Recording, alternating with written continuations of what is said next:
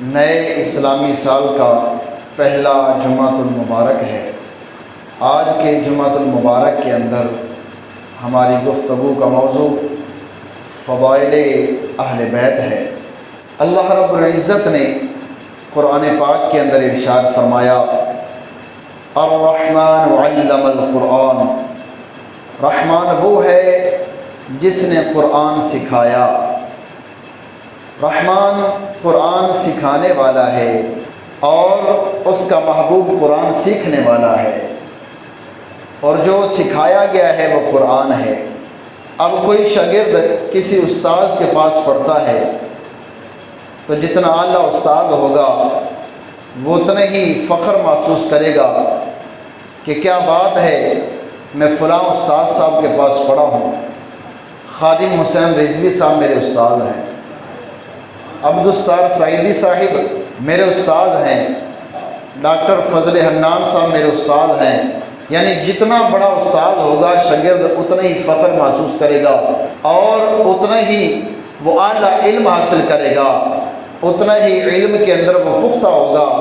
تو یہاں پر سکھانے والا خود خالق کائنات ہے اور سیکھنے والے محمد مصطفیٰ ہے صلی اللہ علیہ وآلہ وسلم۔ نہ ان کے سیکھنے کے اندر کوئی کمی ہے، نہ ان کے سکھانے کے اندر کوئی کمی ہے۔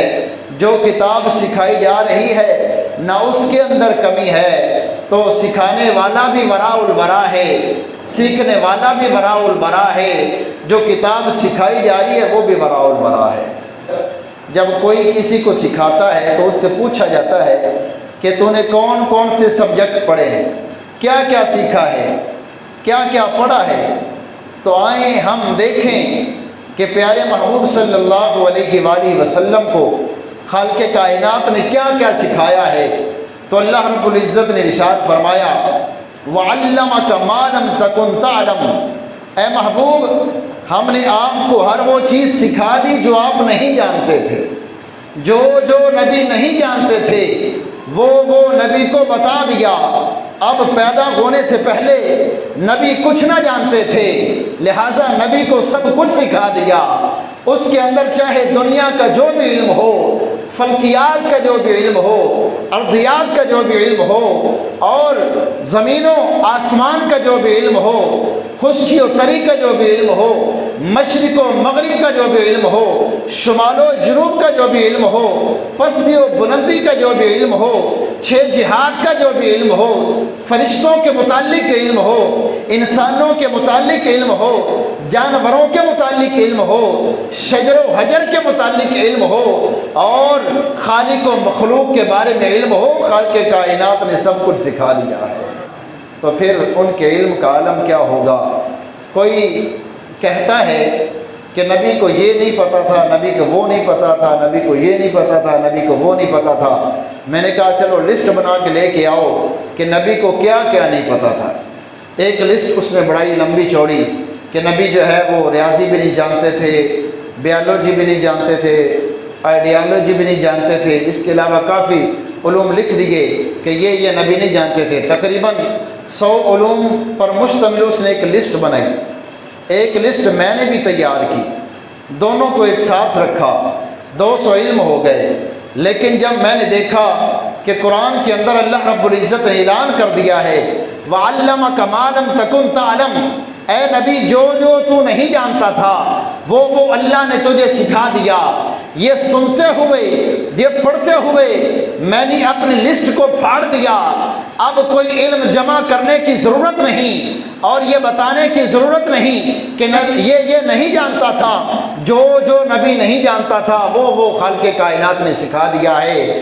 لیکن دوسرا جو نبی کے علوم کو نہیں مانتا تھا، کچھ علوم ان کے اندر سے کاٹ دیے، یہ بھی کاٹ دیا، یہ بھی کاٹ دیا، یہ بھی کاٹ دیا، لیکن کچھ رہنے دیے۔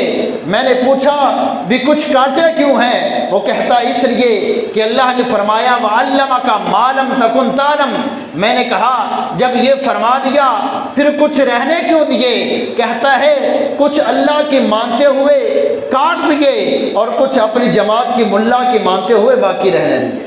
میں اللہ کو بھی مانوں گا، اپنی فاسد جماعت کے ملا کو بھی مانوں گا،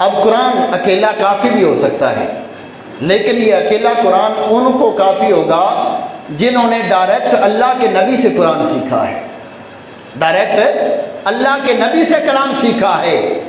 جب سیکھا ہے صدیق اکبر نے تو یہ قرآن ان کو کافی ہے، جب سیکھا ہے عمر فاروق نے یہ قرآن ان کو کافی ہے، جب سیکھا ہے عثمان غنی نے یہ قرآن ان کو کافی ہے، جب سیکھا ہے حیدر کرار نے یہ قرآن ان کو کافی ہے، جب سیکھا ہے حضرت حسن نے یہ قرآن ان کو کافی ہے، جب سیکھا ہے حضرت حسین نے یہ قرآن ان کو کافی ہے رضی اللہ عنہم۔ لیکن جو بعد میں آنے والے تھے ان کو سکھانے کے لیے، ان تک پہنچانے کے لیے قرآن کے ساتھ ایک ایسا ہونا چاہیے تھا جو پہنچانے والا ہو، جو سکھانے والا ہو، تو وہ پہنچانے والا اور سکھانے والا خالق کائنات کے پیارے محبوب نے اہل بیت کو بنا دیا۔ اچھا، اب پھر سوال ہوا کہ نبی نے جن کو سکھایا ہے وہ اہل بیت بھی ہیں اور وہ نبی کے اصحاب بھی ہیں، نبی نے یہ کیوں نہیں فرمایا کہ میں تمہارے پاس دو وزنی چیزیں چھوڑ کے جا رہا ہوں، ایک اللہ کی کتاب ہے، دوسرے میرے گھر والے ہیں؟ نبی نے یہ کیوں نہیں فرمایا میں دو وزنی چیزیں چھوڑ کے جا رہا ہوں، ایک اللہ کی کتاب ہے، دوسرے میرے اصحاب ہیں؟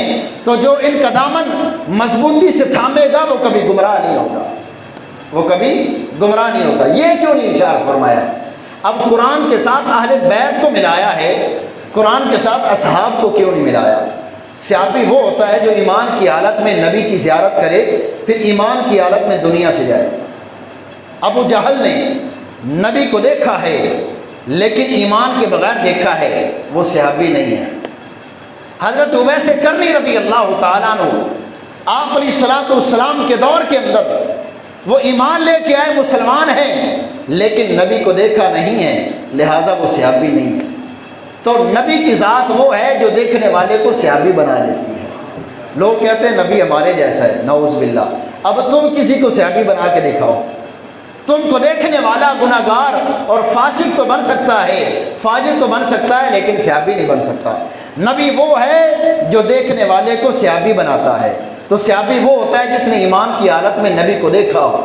اب ایک وقت نبی کو پتہ تھا ایک وقت آنا ہے جب میں نے دنیا سے جانا ہے، کیونکہ کل نفس ذائقۃ الموت، ہر ذی روح نے موت کو چکھنا ہے اور اس نے موت کے ذائقے کو پانا ہے۔ ایک وقت آئے گا جب میں دنیا سے چلا جاؤں گا، جب میں دنیا سے چلا جاؤں گا صحابی بننے ختم ہو جائیں گے۔ جو صحابی بن چکے ہیں وہ بھی 100 سال تک چلیں گے، 150 سال تک چلیں گے، یا 200 سال تک چلیں گے، پھر ان پر بھی وفات طاری ہو جائے گی، وہ بھی دنیا سے چلے جائیں گے۔ جب وہ دنیا سے چلے جائیں گے، اب میں نے قرآن کے ساتھ اگر صحابہ کو ملایا تو جب صحابہ دنیا سے چلے جائیں گے قرآن پھر اکیلا رہ جائے گا۔ اب نبی چاہتے ہیں قیامت تک کے لیے قرآن اکیلا نہ رہے، تو اس لیے نبی نے قرآن کے ساتھ صحابی کو نہیں ملایا تاکہ قرآن اکیلا نہ ہو جائے، بلکہ اہل بیت کو ملایا تاکہ قرآن اکیلا نہ ہو جائے۔ اور یہ ملا کے نبی نے اس بات کی طرف اشارہ کر دیا ہے کہ قیامت تک قرآن بھی باقی رہے گا، قیامت تک اہل بیت بھی باقی رہے گی۔ اونچی آواز سے سبحان اللہ۔ قیامت تک نہ کوئی قرآن کو مٹا سکتا ہے، نہ کوئی اہل بیت کو مٹا سکتا ہے۔ جہاں قرآن ہے وہاں اہل بیت ہے، جہاں اہل بیت ہے وہاں قرآن ہے۔ تو ان کے ساتھ، قرآن کے ساتھ نبی نے اہل بیت کو ملا دیا ہے۔ فرمایا کہ میں دو چیزیں تم میں وزنی چیزیں چھوڑ کے جا رہا ہوں، قیمتی تو ہیں ہی، لیکن قیمتی کے ساتھ ساتھ آپ نے فرمایا وزنی چیزیں چھوڑ کے جا رہا ہوں۔ اب ایک چیز قیمتی ہو لیکن وزنی نہ ہو تو وہ اپنی جگہ سے ہل جاتی ہے۔ اب ایک کرنسی بہت اعلیٰ ہو، اس کا روپیہ بہت زیادہ قیمت رکھتا ہو، تو اس روپے کو، اس کرنسی کو، اس ڈالر کو، اس پاؤنڈ کو اگر ہتھیلی کے اوپر رکھ کے ہم پھونک ماریں تو وہ اڑ جائے گا۔ وہ ایک ہوا صحنا تو درکنار ہے، وہ ایک پھونک کو برداشت نہیں کر سکے گا۔ اب یہ قیمتی تو ہے لیکن وزنی نہیں ہے۔ وزنی جو چیز ہوتی ہے اگر اس کو رکھ کے فقط پھونک ماری جائے وہ اڑے گی نہیں، وہ ہلے گی نہیں، ہوا چلے وہ اڑے گی نہیں، ہلے گی نہیں۔ جتنی چیز زیادہ بھاری ہوگی اتنی زیادہ ہوا کو برداشت کرے کرے گی، وہ آندھیوں کو، وہ ہواؤں کو، وہ طوفانوں کو برداشت کرے گی۔ تو پیارے محبوب صلی اللہ علیہ وآلہ وسلم نے ارشاد فرمایا میں نے قرآن اور اہل بیت کو تمہارے اندر چھوڑا ہے، یہ قیمتی بھی ہیں، یہ وزنی بھی ہیں۔ اگر ظلم و ستم کی آندھی بھی چلے، طوفان بھی چلے، نہ قرآن اپنی جگہ سے ہلے گا، نہ میری اہل بیت اپنی جگہ سے ہلے گی۔ اونچی آواز سے سبحان اللہ۔ چاہے جو بھی میدان ہو، چاہے جو بھی میدان ہو، چاہے میدان کربلا ہی ہو، تو وہاں پر ایک طرف قرآن ہے، اس قرآن کی حفاظت کرنے کے لیے حضرت امام حسین رضی اللہ تعالیٰ عنہ آپ تشریف لائے۔ آپ جھکے نہیں، اپنی جگہ سے ہلے نہیں، ہوائیں چلتی رہیں، آندھیاں چلتی رہیں، طوفان آتے رہے، لیکن آپ کے قدم ڈگمگائے نہیں۔ کبھی چھوٹے علی اصغر کا لاشا اٹھاتے ہیں، کبھی نوجوان علی اکبر کا لاشا اٹھاتے ہیں، کبھی اپنی ذات پر جو جان نچھاور کرنے والے ہیں ان کے لاشیں اٹھاتے ہیں، کبھی حضرت عباس رضی اللہ تعالیٰ عنہ کے کٹے ہوئے بازوؤں کو اٹھاتے ہیں۔ اتنی آندھیاں چلتی ہیں، اتنے طوفان چلتے ہیں، لیکن حضرت امام حسین رضی اللہ تعالیٰ عنہ آپ ایک طرف اس وقت کا حکمران ہے جو قرآن کے علم کو بدلنے والا ہے، قرآن کے احکامات کو بدلنے والا ہے، تو آپ نے لاشیں اٹھا کے، حتیٰ کہ اپنا تن کٹوا کے اور وہاں سے نہ ہل کے اس بات کی طرف اشارہ کر دیا قرآن میرے ساتھ ہے، میں قرآن کے ساتھ ہوں، نہ قرآن اپنی جگہ سے ہل سکتا ہے، نہ امام حسین کا صبر جو ہے وہ اپنی جگہ سے ہل سکتا ہے۔ اب یہ قرآن، یہ شریعت بھی ہے، یہ قرآن یہ شریعت بھی ہے، اور نبی نے یہ قرآن علی کو بھی سکھایا ہے، نبی نے یہ قرآن علی کو بھی سکھایا ہے۔ شریعت سکھانے والے نبی بھی ہیں، شریعت سکھانے والے علی بھی ہیں۔ اسی وجہ سے پیارے محبوب صلی اللہ علیہ وآلہ وسلم نے ارشاد فرمایا انا مدینۃ العلم وعلی بابها، میں علم کا شہر ہوں، علی اس کا دروازہ ہے، میں علم کا شہر ہوں، علی اس کا دروازہ ہے۔ تو یہ قرآن نبی نے علی کو بھی سکھایا۔ اب دوستو کیسے سکھایا؟ اب قرآن جو ہے یہ اتنی بڑی کتاب ہے، 30 پارے ہیں، اب اس کو اگر ہم پڑھنا چاہیں تو کئی دن ہم کو درکار ہیں، کئی دنوں کے بعد قرآن پاک کی ہم تلاوت کر سکیں گے۔ تو دوستو کسی نے کہا اگر تم قرآن کو 3 منٹوں کے اندر پڑھنا چاہتے ہو تو پڑھ سکتے ہو۔ میں نے کہا وہ کیسے؟ قرآن کا ثواب لینا چاہتے ہو تو لے سکتے ہو۔ میں نے کہا وہ کیسے؟ تو وہ کہتا ہے سورۃ الفاتحہ کی تلاوت کر لو۔ اگر قرآن کو مختصر کیا جائے تو وہ سورۃ الفاتحہ بنتی ہے، الحمدللہ سے وللضالین تک یہ سورۃ الفاتحہ بنتی ہے۔ یعنی قرآن پاک کے اندر جتنے بھی مضمون ہیں ان سارے مضمونوں کو خالق کائنات نے سورۃ الفاتحہ کے اندر بیان کر دیا ہے۔ اور ایک اور آدمی ملا، وہ کہتا ہے سورۃ الفاتحہ اگر آپ کو مشکل لگتی ہے، یہ لمبی لگتی ہے، اس کی تلاوت کرنے پر کچھ وقت لگتا ہے، اگر اس سے بھی مختصر پڑھنا چاہتے ہو تو تم بسم اللہ الرحمن الرحیم کو پڑھ لو۔ پورے قرآن کو اللہ نے فاتحہ کے اندر رکھ دیا ہے، اور فاتحہ کو خالق کائنات نے بسم اللہ کے اندر رکھ دیا ہے۔ ایک اور آدمی ملا، وہ کہتا ہے اگر بسملہ یعنی بسم اللہ یہ بھی تم کو لمبی لگتی ہے، یہ بھی مشکل لگتی ہے، تو بسم اللہ کی بجائے با کو پڑھ لو۔ خالق کائنات نے بسم اللہ کا اجر با کے اندر رکھ دیا ہے۔ بسم اللہ کی جو با ہے اس کے اندر اللہ نے پوری بسم اللہ کو رکھ دیا ہے۔ اور ایک اور ملا، وہ کہتا ہے اگر اس سے بھی مختصر کرنا ہے تو بسم اللہ کے نیچے جو با کا نقطہ ہے، بسم اللہ سے پہلے جو با ہے پھر با کے نیچے جو نقطہ ہے اس کو پڑھ لیں۔ قرآن کو اللہ رب العزت نے اس کے اندر رکھ دیا ہے۔ یعنی اگر قرآن کو مختصر کیا جائے تو وہ سورۃ الفاتحہ بنتی ہے، سورۃ الفاتحہ کو مختصر کیا جائے تو وہ بسم اللہ الرحمن الرحیم بنتی ہے، اگر اس کو مختصر کیا جائے بسم اللہ کی با بنتی ہے، اس کو مختصر کیا جائے اس با کا نقطہ بنتا ہے۔ اور دوسرے الفاظ میں اگر ہم یوں کہیں کہ اگر با کے نقطہ کو پھیلا دیا جائے تو وہ با بنتی ہے، اس با کو پھیلا دیا جائے وہ بسم اللہ بنتی ہے، اس بسم اللہ کو پھیلا دیا جائے وہ سورۃ الفاتحہ بنتی ہے، سورۃ الفاتحہ کو پھیلا دیا جائے تو وہ پورا قرآن بنتا ہے۔ تو وہ کیا ہے؟ پورا قرآن بنتا ہے۔ تو اللہ رب العزت نے پورے قرآن کو بسم اللہ کے با کے نقطہ کے اندر رکھ دیا، اور حضرت علی رضی اللہ تعالیٰ عنہ آپ فرماتے ہیں بسم اللہ کے نیچے جو با والا نقطہ ہے خالق کائنات نے میں علی کو بنا دیا ہے۔ اونچی بات سے سبحان اللہ۔ ایسی شان کہاں ملے گی؟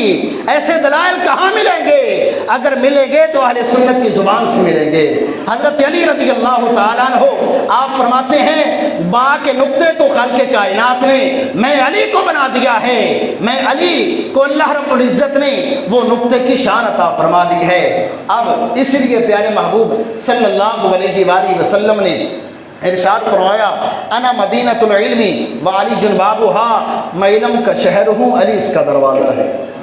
جب کسی گھر کے اندر، کسی شہر کے اندر ہم داخل ہوتے ہیں تو دروازے سے 2 مرتبہ گزرنا پڑتا ہے۔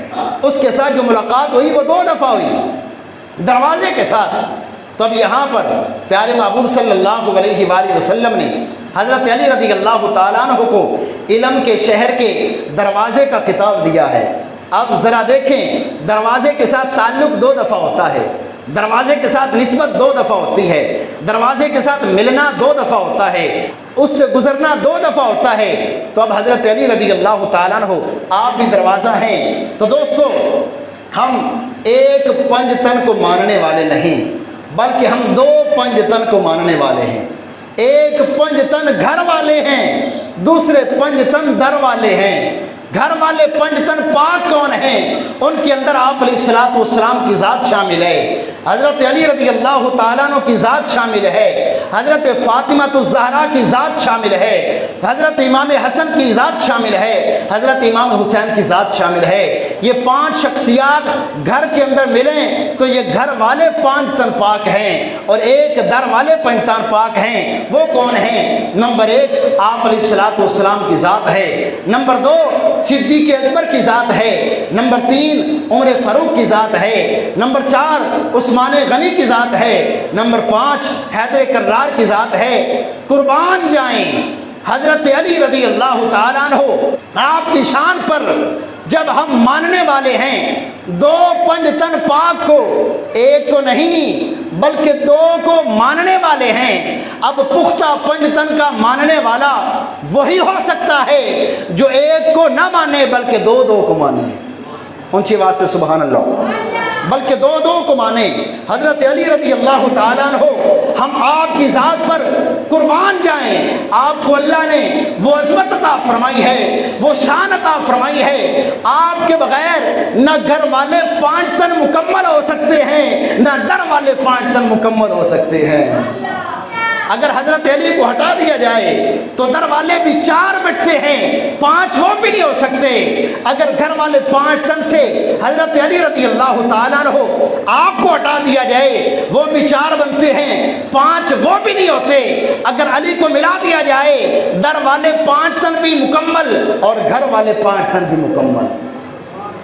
اب دوستو ایک اور بات، یہ 5 تن پاک کے اندر 2 ایسی ہستیاں ہیں جو گھر والوں کے اندر بھی شامل ہے، در والوں کے اندر بھی شامل ہیں۔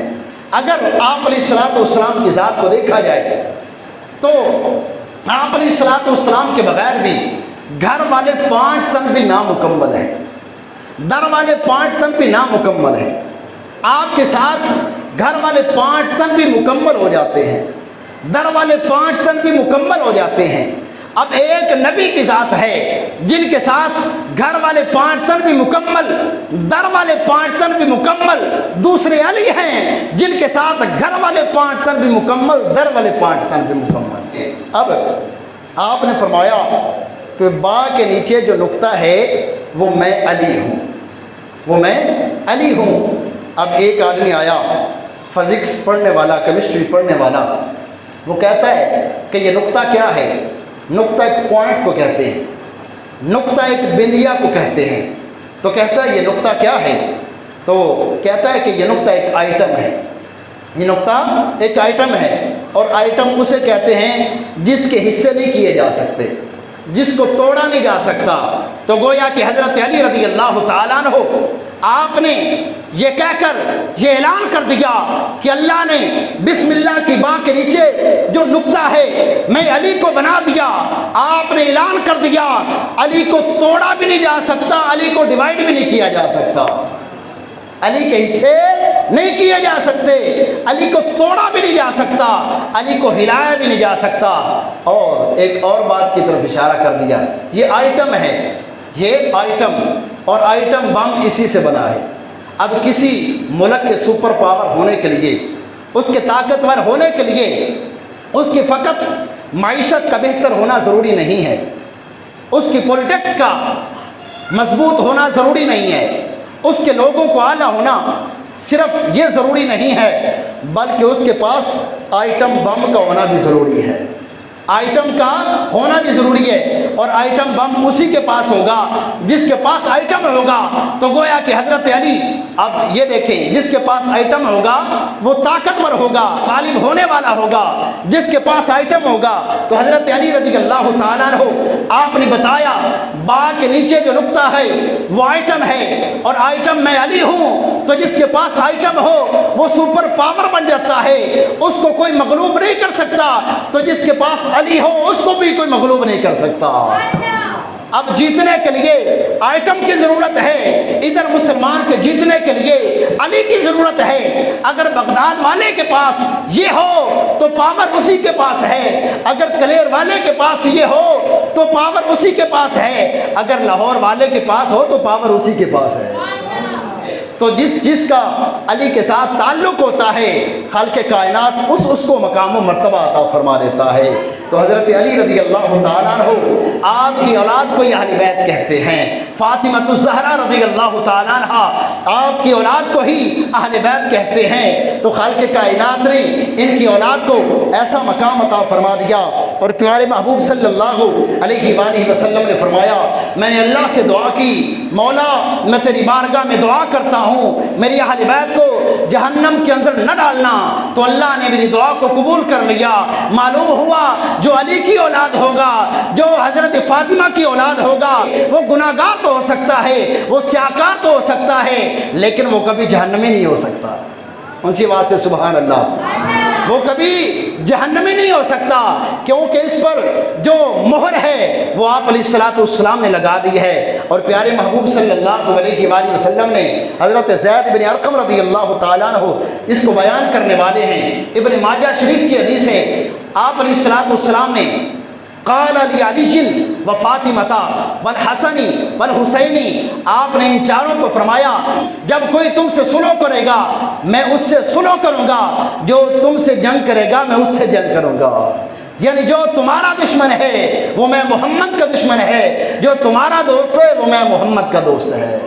ایک دفعہ حضرت ابو ہریرہ رضی اللہ تعالیٰ عنہ آپ بیان کرتے ہیں، پیارے محبوب صلی اللہ علیہ وآلہ وسلم کسی دعوت پر تشریف لے کے جا رہے تھے، راستے کے اندر دیکھا حضرت امام حسین صاحب کربلا رضی اللہ تعالیٰ عنہ آپ کھیل رہے ہیں بچوں کے ساتھ۔ تو اللہ کے نبی وہاں سے گزرے، آپ نے امام حسین رضی اللہ تعالیٰ عنہ کو پکڑنے کی کوشش کی، آپ ادھر آتے ہیں وہ ادھر چلے جاتے ہیں، آپ ادھر آتے ہیں وہ ادھر چلے جاتے ہیں، جس طرح بچے ہوتے ہیں کھیلتے ہیں، بڑوں کے ساتھ کھیلتے ہیں، وہ آپ کے ساتھ کھیل کود کر رہے ہیں، اور آپ علیہ السلام جان بوجھ کے ایسے ہی کر رہے ہیں، اسے پکڑ نہیں رہے، جان بوجھ کے ایسے کر رہے ہیں۔ پھر تھوڑی دیر کے بعد آپ علیہ السلام نے ان کو پکڑ کے ان کو سینے کے ساتھ لگایا، اور ایک ہاتھ ادھر ٹھوڑی کے نیچے، دوسرا ہاتھ سر کے اوپر رکھ کے آپ علیہ السلام نے ان کا بوسہ لیا۔ بوسہ لینے کے بعد اللہ رب العزت کی بارگاہ میں دعا کرتے ہیں، اللہم انی احبہ، اے اللہ میں اس سے پیار کرتا ہوں، فاحبہ، اے اللہ تو بھی اس سے پیار کر، اے اللہ جو اس سے پیار کرتا ہے تو اس سے بھی پیار کر، اے اللہ جو اس سے پیار کرتا ہے تو اس سے بھی پیار کر۔ پیارے محبوب صلی اللہ علیہ وآلہ وسلم نے وَيَضُمُّهُ إِلَىٰ صَدْرِهِ، اس کے بعد امام حسین کو اپنے گلے سے لگا لیا۔ تو یہ ہے امام حسین کی ذات، اور اللہ رب العزت نے ارشاد فرمایا قُلْ لَا أَسْأَلُكُمْ عَلَيْهِ أَجْرًا إِلَّا الْمَوَدَّةَ فِي الْقُرْبَىٰ، اے محبوب صلی اللہ علیہ وآلہ وسلم اعلان کر دیجئے، اے لوگو اگر تم دین سیکھنا چاہتے ہو، اگر تم دین تک رسائی حاصل کرنا چاہتے ہو تو اس کا فقط ایک ہی ذریعہ ہے، اس کا فقط ایک ہی طریقہ ہے، آؤ میرے گھر والوں سے پیار کر لو، اللہ دین کی سمجھ بوجھ عطا فرما دے گا، اللہ دین کی سمجھ بوجھ عطا فرما دے گا۔ اگر تم قرآن کو سیکھنا چاہتے ہو تو آؤ اہل بیت کے ساتھ اپنے تعلق کو قائم کر لو، خالق کائنات تمہاری دنیا اور آخرت کو بہتر بنا دے گا۔ آپ علیہ الصلوۃ والسلام نے فرمایا کہ اے لوگو غدیر خم کے مقام پر من کنت مولاہ فہذا علی مولاہ، جہاں پر یہ ارشاد فرمایا وہیں پر آپ علیہ الصلوۃ والسلام نے فرمایا کہ میں تمہارے اندر دو وزنی چیزیں چھوڑ کے جا رہا ہوں، جو ان کا دامن مضبوطی سے تھام لے گا وہ کبھی گمراہ نہیں ہوگا، وہ کبھی گمراہ نہیں ہوگا۔ وہ دو چیزیں کون سی ہیں؟ نمبر ایک اللہ کا قرآن ہے، نمبر دو میری اہل بیت ہے۔ میں تمہارے اندر چھوڑ کے جا رہا ہوں، جو ان کا دامن پکڑے گا وہ کبھی گمراہ نہیں ہوگا۔ نماز اللہ کی عبادت ہے، بہت اعلیٰ عبادت ہے، یہ دین کا رکن ہے، دین کا ستون ہے۔ یہ نہیں فرمایا کہ جو نماز پڑھے گا وہ کبھی گمراہ نہیں ہوگا، نہیں، اور یہ بھی ارشاد نہیں فرمایا جو روزہ رکھے گا وہ کبھی گمراہ نہیں ہوگا، جو حج کرے گا وہ کبھی گمراہ نہیں ہوگا، جو زکوٰۃ دے گا وہ کبھی گمراہ نہیں ہوگا۔ یہ اللہ کی عبادتیں ہیں، دین کے ستون ہیں، لیکن گمراہی سے بچنے کے لیے ان کو ادا کرنا یہ ضروری نہیں ہے اور ان کو ضروری قرار نہیں دیا گیا۔ یعنی فرمایا جو نماز پڑھے گا وہ گمراہ نہیں ہوگا، جو زکوٰۃ دے گا وہ گمراہ نہیں ہوگا، جو حج کرے گا وہ گمراہ نہیں ہوگا، جو روزہ رکھے گا وہ گمراہ نہیں ہوگا، بلکہ آپ نے فرمایا جو قرآن کا دامن پکڑے گا، میری اہل بیت کا دامن پکڑے گا وہ کبھی گمراہ نہیں ہوگا۔ تو گمراہی سے بچنے کے لیے فقط نماز کافی نہیں ہے، ضروری تو ہے لیکن کافی نہیں ہے۔ گمراہی سے بچنے کے لیے فقط روزہ ضروری نہیں ہے، گمراہی سے بچنے کے لیے فقط زکوٰۃ ضروری نہیں ہے، گمراہی سے بچنے کے لیے فقط حج ضروری نہیں ہے، گمراہی سے بچنے کے لیے قرآن کا دامن تھامنا بھی ضروری ہے، اہل بیت کا دامن تھامنا بھی ضروری ہے۔ اور دوستو یاد رکھو جو اہل بیت کی ذات ہے، نبی کی جو آل ہے، اس کو اللہ رب العزت نے خاندانی شرافت عطا کی ہے۔ یہ نسب انہوں نے اپنی طرف سے حاصل نہیں کیا، بلکہ یہ نبی کے ساتھ تعلق کی وجہ سے اللہ رب العزت نے عطا کیا ہے، یہ ختم نہیں ہو سکتا۔ یہاں تک کہ اگر کوئی سید اللہ نہ کرے گنہگار بھی ہو تو پھر بھی اس کی تعظیم ضروری ہے، اس کا ادب ضروری ہے۔ اگر کوئی فاسق و فاجر بھی ہو پھر بھی اس کا ادب ضروری ہے۔ اور اعلیٰ حضرت رحمۃ اللہ علیہ دیکھیں بریلوی کس طرح اہل بیت کی محبت کے اندر گرفتار ہیں، کس طرح ادب کرتے ہیں۔ اعلیٰ حضرت رحمۃ اللہ علیہ آپ فرماتے ہیں کہ اگر نعوذ باللہ کوئی سید بد مذہب بھی ہو جائے، کوئی سید بد مذہب بھی ہو جائے تو پھر بھی اس کا احترام ضروری ہے، پھر بھی اس کا احترام ضروری ہے، یہاں تک کہ حد کفر کو نہ پہنچ جائے۔ یعنی جب وہ کافر بن جائے تو پھر ادب ضروری نہیں ہے، کیونکہ اب جو وجہ ادب تھی وہ اس نے توڑ دیا ہے، وہ اس نے ختم کر دیا ہے۔ کیونکہ جب حضرت نوح علیہ السلام کے بیٹے نے اپنا تعلق کشتی کے اندر سوار نہ ہو کے ان سے توڑ لیا تو اللہ رب العزت نے ارشاد فرمایا تو نبی کا بیٹا ہی نہیں ہے، تو نبی کا بیٹا نہیں، تو نے خود اپنا تعلق نبی سے توڑ لیا ہے۔ تو اگر مرتد ہو کے اسلام سے پھر کے وہ اسلام سے نکل جاتا ہے تو پھر ادب ضروری نہیں ہے۔ اس کے علاوہ وہ داڑھی رکھے یا نہ رکھے، وہ نماز پڑھے یا نہ پڑھے، وہ زکوٰۃ دے یا نہ دے، دنیا کے جتنے بھی گناہ والے کام ہیں وہ سارا کرتا رہے، لیکن اہل بیت کا ادب پھر بھی ضروری ہے۔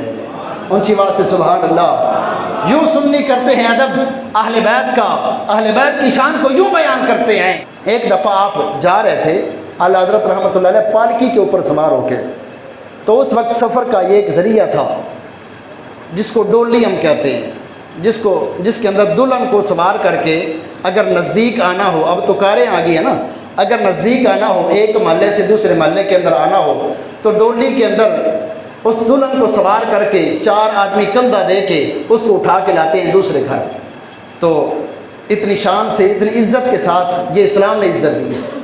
اس سے پہلے کیا عورت کو اتنی عزت ملی تھی کہ ایک گھر سے دوسرے گھر